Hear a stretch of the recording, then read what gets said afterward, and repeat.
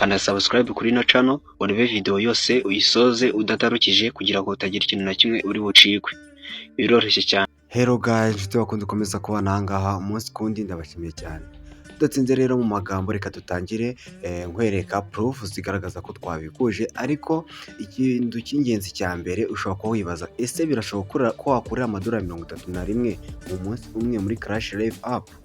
Iki ni ikibazo ushobora kuba wakibaza bitewe na level ugezeho. Ngiye kubona bigusobanura neza. Ngiye gusobanurira akantu ku kandi, ariko ino video mbere na mbere ntabwo igusezeranya ko uhita ubona amafaranga, ahubwo wigeza bitewe n'uko wakoze kandi bitewe n'igihugu uherereyemo. Tudatinze rero reka dukomeze. Kuko ubireba iyo ni proof igaragaza ko tumaze kubikuzamo inshuro zigera kuri 3 zinarengaho tumaze kuba twabikuzamo hano muri Clash app. Rero kugira ngo ubashe kwiyandikisha reka baze nkwereke uburyo bwo kwiyandikisha, nkwereke aho uri bunyura ugiye kwiyandikisha mbere ko dukomeza, mbere ko ngusobanurira. Rero tudatinze urabona urahita ugenda kuri YouTube channel yacu. Numara kujya kuri YouTube channel yacu urabonaho video part 1 ndetse na part 2. Rero numara kubona wabona izo video part 1 ndetse na part 2 ni video zisobanura neza uko wakoresha Clash Live app.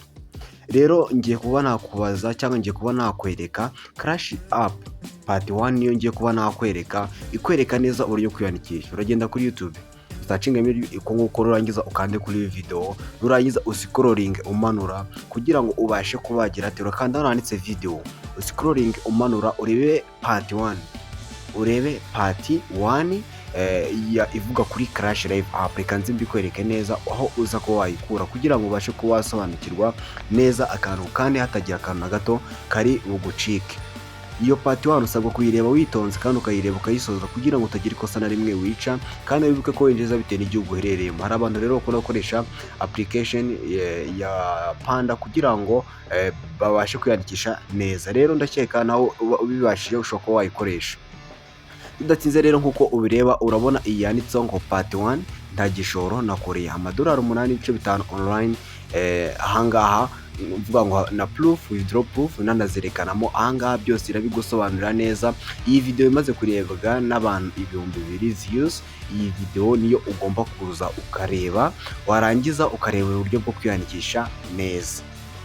Ikindi nkwibutsa winjiza bitewe n'igihugu uherereyemo. Nurangiza rero kureba ino video nkuko ubireba ahangaha uraza uyirebe ni part 1. Iyi video ni igaragaza kwiyandikisha neza, ikabikwereka kandi ukiyandikisha mu buryo bwiza wubahirije amategeko ya Clash.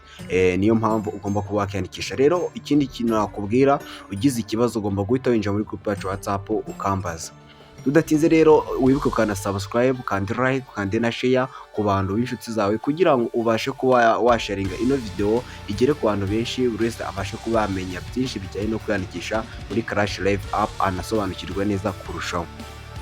Iyi video ntabwo igusezeranya ko uhita ubona amafaranga, ahubwo winjiza bitewe n'uko wakoze kandi n'uburyo wakoresha wiyandikisha. Nimba wiyandikisha mu gihugu cy'u Rwanda urafata ayo igihugu cy'u Rwanda gitanga. Nimba wagiye mu gihugu cy'u Bufaransa bivuze ngo urafata ayo mafaranga igihugu cy'Ubufaransa gitanga. Nimba uri mu Bwongereza urafata ayo igihugu cy'Ubwongereza cyagennye bitewe na task wakoze. Ntabwo ari ay'ubuntu, ahubwo akazi wakoze muri no live ya Clash niko uhemberwa. Bivuze ngo utakaza mega zawe, ugatakaza n'umwanya wawe mu ko wayikoresha, kandi ukeneye n'ubumenyi mu kuyikoresha kugira ngo uyikoreshe neza. Ari mpamvu twavuze ngo tuzajya tubinyuza ahangaha ibisobanuro, tugende dusobanura neza akantu ku kandi ku buryo bwo gukoresha ino Clash Live app. Tudatinze rero urahita ujya muri comment urebe link yo kwiyandikisha. Link yo kwiyandikisha niyo iyi ngiyi. Rero kwiyandikisha urahita ukanda aho handitse gerageza ukoreshe iyi link yanjye. Iyi ngiyi uri kureba hano munsi ya udushya naho kuri no comment ya channel yacu, niyo comment ya mbere uzasanga muri video. Kandi no muri no video turi kuvuganiramo, iyi video uri kumva reba muri comment uraza gusanga muri link yo kwiyandikisha, ndetse no muri ya video yabanje ushobora kuba wabonamo link yo kwiyandikisha, cyane cyane nk'ira video yo kwiyandikisha nabwo link irimo kandi iranabigusobanura neza mbere yo kwiyandikisha. Rero abantu benshi bakora amakosa ugasanga bahise binjira muri application batigeze biyandikisha. Kuko ubireba ahangaha urabona ko mfiteho amajams 32 bingana n'amadolari 3.2. Nkuko ubireba rero dore za task nakubwiraga n'amarevo nakubwiraga, ndaje nyagusobanura neza nuko akorwa. Kuko ubireba hano hari icyo bita still need. Ibyo ugomba kuba waragezeho kugira ngo ubashe kuba wagira kuri level ikurikira. kugira ngo uzubashe kuba wakakira amajamuzi ajyanye na level ugezeho. Kuko ubireba rero ibi ngibi ngiye kubigusobanurira nkoresheje ukuri kose kugira ngo bijyemo wowe ubishaka, ntabwo ari itegeko guhita ubyinjiramo, ahubwo wowe bitewe n'uko wasobanukiwe, bitewe n'uko wabyumvishe kandi ugakorana ka research kawe. Biba byiza iyo ukoze research yawe mu gihe wumva ko utatwizeye neza, biba byiza iyo ukoze research yawe. Ariko ibi ngibi ngiye kubigusobanurira nkoresheje ukuri kose kugira ngo ubashe kuba wasobanukirwa, ubijyemo ubizi, umenye ko bishobora kuba birimo na risike, nabyo ndabigusobanurira kubera ko ahangaha hari igihe ushaka kuzamura level, hari igihe bigusaba kugura coin. Iyo ushaka kuzamura level hari igihe ushobora kuzamura coin, kandi ikindi amategeko ya Clash ashobora guhinduka. Aka kanya ubonye ino video yego ni ibi ngibi, ariko bishobora guhinduka bitewe na update za Clash. Bivuze ngo ugomba kuba wagira ate waza ukorana research yawe kugira ngo ubashe gusobanukirwa neza akantu ku kandi. Dore za task ukora, urabona hano handitse live 60 minutes, ukora live iminota 60, ukora party iminota 60, ukora party iminota 120. Rero ku muntu uri level ya 0, ku muntu cyandikisha bahita bamushyira kuri level ya 0. Iyo yandikishije mu gihugu cy'u Rwanda uhabwa 1,400 cy'amajamuzi, ariko mu gihe wakoze izi task. Ariko iyo yandikishije mu gihugu cy'Ubufaransa uhabwa 3,000 by'amajamuzi. Ako kantu gasobanukirwa. Niyo yagiye mu gihugu cy'Ubwongereza na za England, ariyo Ubwongereza ndetse n'ibindi bihugu bya United Kingdom, aho bose batanga 3,000 by'amajamuzi ku munsi kuri level ya 0. Ibyo bishobora kumara igihe kirekire cyangwa igihe gito bitewe n'uko ukoresha application. Bivuze ngo hari abantu bakunda kugira ikibazo cy'uko babamanura kuri level bitewe n'uko badakora neza cyangwa batubahiriza amategeko, kuko nta ari byinshi badasobanukiwe. Ari byo nahoze mvuga bijyanye na Street. Tudatinze rero reka tubanze tujye gusobanura iby'amarevo. Urabona ko kuri level ya mbere ubyo wabonye n'ikiri kugusobanurira, ariko reka turimbuka njye kuri level ya kabiri kuko byose ubundi ni bimwe. Bivuze ngo kuri level ya mbere winjiza 2,500 by'amajamuzi ku munsi iyo wasoje task wahawe. Bivuze ngo nawe utakaza igihe cyawe ndetse na megabyte zawe. Iyo ugeze kuri level ya kabiri urabona ko ahangaha winjiza 9,400 by'amajamuzi. Bivuze ngo ariya ni 0.94 by'idolari, ariko iyo wasoje task wahawe. Nuza ukareba ahangaha kuri level ya katatu winjiza amajamuzi 14,000 bingana n'idolari 1.4 ku muntu wageze kuri ino level ya mbere. Ibyo nibyo winjiza ku munsi mu gihe kingana n'iminsi 14 iyo ukoresha application neza.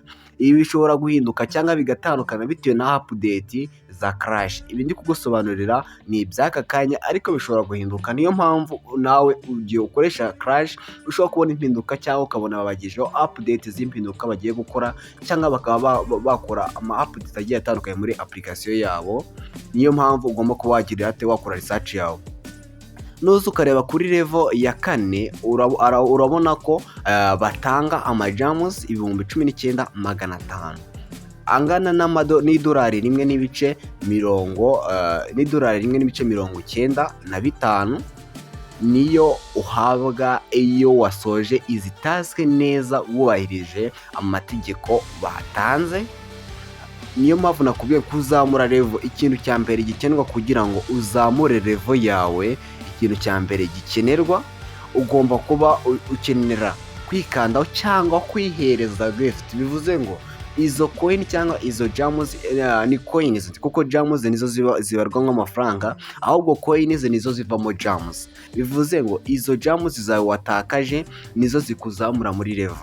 Izo jamuzi cyangwa izo coin zawe watakaje nizo zikuzamura muri level. Nuza ukareba kuri level ya 6 uraza kubona ko batanga reward, batanga reward z'amajamuzi 127 by'amajamuzi bingana n'amadolari 12.7 ku munsi iyo wasoje tasike kandi warageze kuri level ya karindwi. Aka kantu gasobanukirwa. Iyi video mbere ntabwo nakubiye kwita gusezeranya ko uhita ubona amafaranga, ahubwo ubona amafaranga bitewe n'uko wakoze.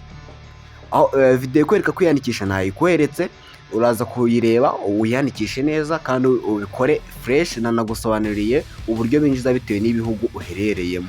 Bivuze ngo bitewe n'igihugu, ku bantu bari i Burundi namwe mufite uko mwinjiza, ariko hari uburyo bwo kuba mwakiyandikisha, mushobora kuba mwakoresha bitewe naho uhereye. Nimba uri mu Bufaransa cyangwa ugakoresha, murabizi, ndakeka ibyo murabisobanukiwe, muzi n'uburyo mubikora kuko no mu bantu bakoresha Popo Live Stream ndakeka mwagiye mubibona. Nuza ukagera kuri level ya karindwi, urabona ko batanga reward y'amajams 226 ku munsi iyo wasoje task wahawe. Bivuze ngo task wahawe nizo uhemberwa. Nimba ukoze task imwe urahabwa ya task imwe. Ibyo byose ni kimwe ku marevo yose. Noneho anga nakubwiye ngo final level cyangwa final level ya nyuma muri Clash App. Iyo level ni level ya 8. Level ya 8 rero itanga amajams, itanga reward y'amajams 312.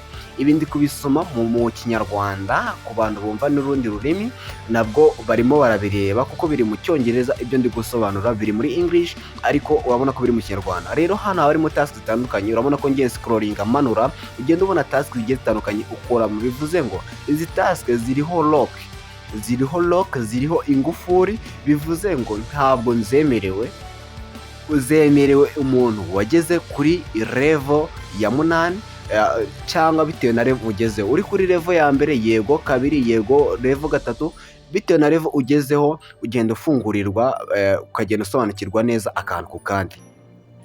Nuza ukareba ahangaha ngewe ayo mfiteho aka kanya, wabonye ko twamaze kubikuzamo $30 proof. Wayibonye turi gutangira video kandi ndaje nongere nyikwereka kugira ngo usobanukirwe.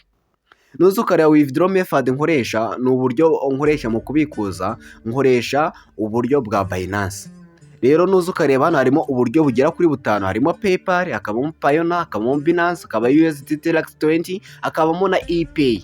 Bivuze ngo n'abantu bari mu bihugu byo hanze barakoresha ino Clash Live app kugira ngo ibashe kubabyarira inyungu mu buryo bugiye butandukanye. Icyambere bari gusobanukirwa. Rero nimba uri kubireba ahangaha urabona ko mfiteho amajams 32,418. Nuza ukaza ahangaha rero kuri withdraw barakwereka ko proof yawe twabikuje, ariko ibisingombwa ko nabanje kubikwereka kare. Ariko nuza ukareba ugahindura igihe maze mbikuza kuko bagenda bakwereka bitewe n'amatariki wa setinze. Urabona ko nicyanga amatariki na setinze, uraza kubonamo ayo nagiye mbonamo ahangaha cyangwa ayo nagiye mbikuzamo ahangaha nkabikuriza kuri Binance. Urabona ko ari actual receipt, niyo ibyerekana neza yagiye angeraho kuri Binance yanjye, ariko ahangaha ngewe ntabwo nari nazamuye level.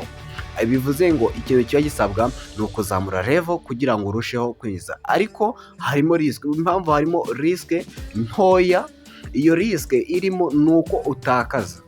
Bivuze ngo ukenera kugura coin kugira ngo uzamure level. Murabizi ku bantu bakoresha za Popo, hari abantu bagura coin kugira ngo bakine game, hari abantu bagura coin kugira ngo bagende bagira ibyo bakoramo cyangwa amatask bagenda bakora kugira ngo bavunjirane, kugira ngo bahane gift.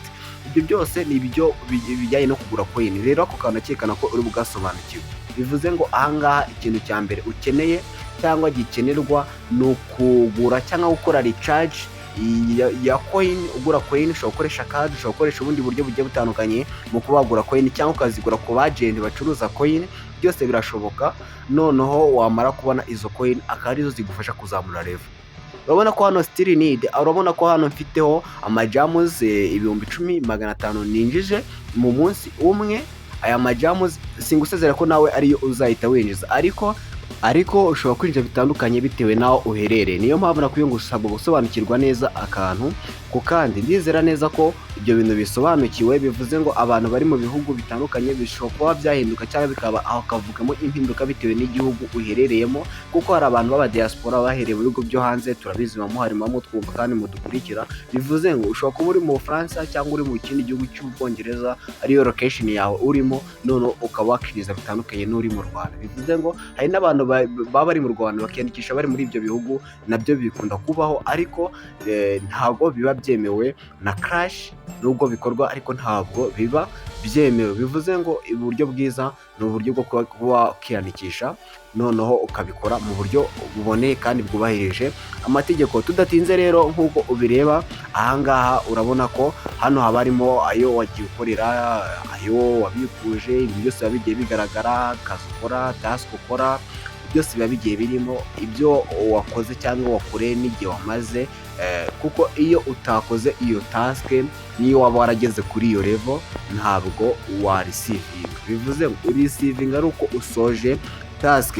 Ndizera ko ako kantu gasobanukiwe, kandi ndizera ko musobanukiwe kurushaho ku bijyanye n'amarevo. Iyi yari pati ya kane, ndakeka nimba atari pati ya kane ni pati ya gatatu. Uraza kuba wagira ate wabisobanukirwa, urebe na pati 2 nayo iragusobanurira, na pati 1. Pati 1 yo niyo kwiyandikisha, pati 2 iragusobanurira byinshi, nayo waza kuyireba kugira ngo ubashe kugenda musobanukirwa Crash. Niba ngombwa tuzabagezaho na pati 4 cyangwa pati 5 bitewe n'ibyo uzaba ukeneye kumenya kugira ngo urusheho gusobanukirwa. Rero nimba uri mushya ahangaha, kana subscribe kugira tuzacikaho na video zikurikira, tuzasubiramo video zikurikira tubana umunsi kundi tubagezaho ibintu byagira akamaro kandi byafasha gusobanukirwa. Ikintu nkwibutsa, iyi video ntabwo yita igusezeye amafaranga, ahubwo winjiza bitewe n'uko wakoze, cyangwa bitewe n'igihugu uherereyemo, cyangwa bitewe n'uburyo ukoresha app, cyangwa n'ubunararibonye mu gukoresha app, cyangwa n'ubumenyi ufite mu gukoresha application. Niyo mpamvu nanjye nifuje kubasangiza ubumenyi mfite cyangwa ibyo nzi kugira ngo murusheho gusobanukirwa. Rero link yo kwiyandikisha hano muri comment, cyangwa ureze kureba video yo kwiyandikisha, urabonamo link yo kuba wakiyandikisha. Ugerageze. Bye bye, mugire byiza. Ciao ciao.